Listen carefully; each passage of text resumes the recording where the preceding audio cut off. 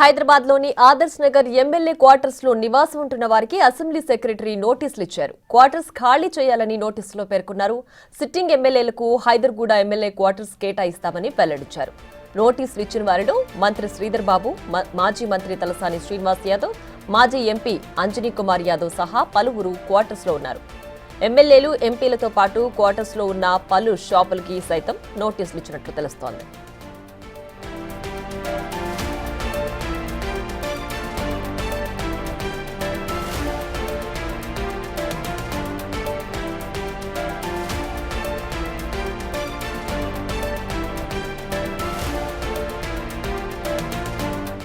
మరింత సమాచారం మా associate input editor Nagesh phone line అందించడానికి సిద్ధంగా ఉన్నారు. నగేష్, చెప్పండి, మాజీ మంత్రులకు అలాగే మంత్రులకు ఎమ్మెల్యే క్వార్టర్స్ లో ఉన్న వాళ్ళకి ఖాళీ చేయాలంటూ నోటీసులు ఇచ్చారు కదా.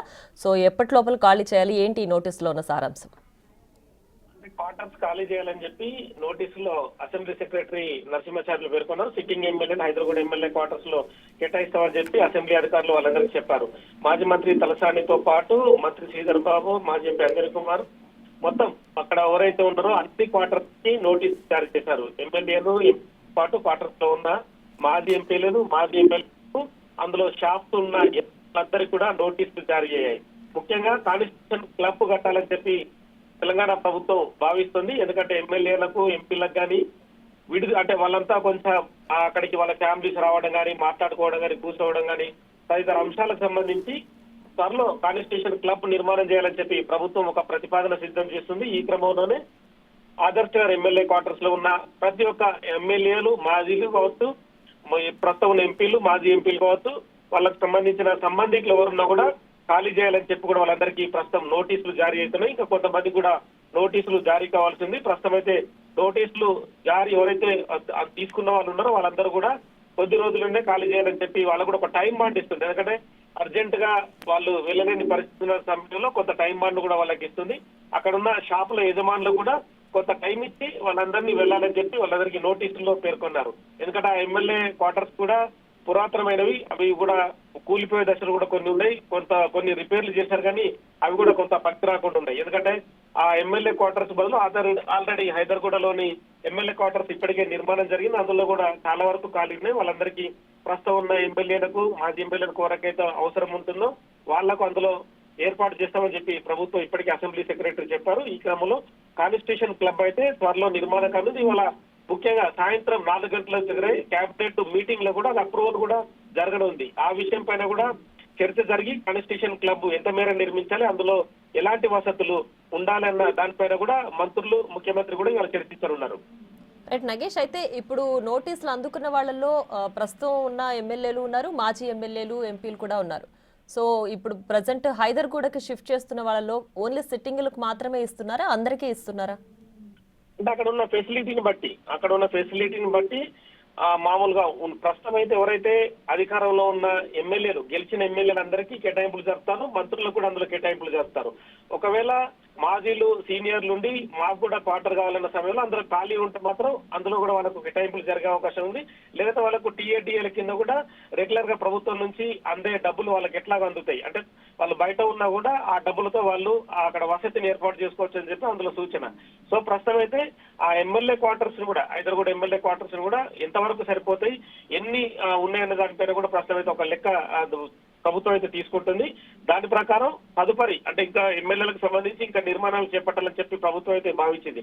మొదటైతే ఈ కాన్స్టిట్యూషన్ క్లబ్ కు సంబంధించి, ఎందుకంటే హైదరాబాద్ నడిబొడ్డున్న ప్రాంతం కాబట్టి వాళ్ళందరూ అంటే ఎక్కడ దూర ప్రాంతాల నుంచి వచ్చినా, ఎక్కడి నుంచి వచ్చినా కూడా వాళ్ళకు విడిదిగా ఉండడం కోసం, వాళ్ళకి తెలిసిన వాళ్ళు కూడా అక్కడ ఉండి స్టే ఉండి ఎమ్మెల్యేని కానీ మంత్రులు కలవడం కోసం కూడా సౌకర్యంగా ఉంటుందనేది ఈ ఒక ప్రణాళికాబద్ధంగా చేస్తే ఎవరికి కూడా ఇబ్బంది కలగకుండా ఆదర్శనగర్ ఎమ్మెల్యే క్వార్టర్ ఉన్న ప్రాంతం ఉపయోగపడుతుందనేది ప్రభుత్వం భావిస్తుంది. రైట్, అంటే ఇప్పుడు ఎవరైతే షిఫ్ట్ చేస్తున్నారో వాళ్ళందరికీ ఇచ్చినప్పటికీ ఇవ్వని వాళ్ళకి వేరే దగ్గర ఫెసిలిటీ ఇస్తారు, లేదంటే దానికి కంపెన్సేటివ్ గా ఏదో ఒకటి వాళ్ళు ఫెసిలిటీ చూపిస్తారు కదా. సో క్వార్టర్స్ లో ఉన్న ఫెసిలిటీస్ వీళ్ళకి కూడా ఇస్తారా?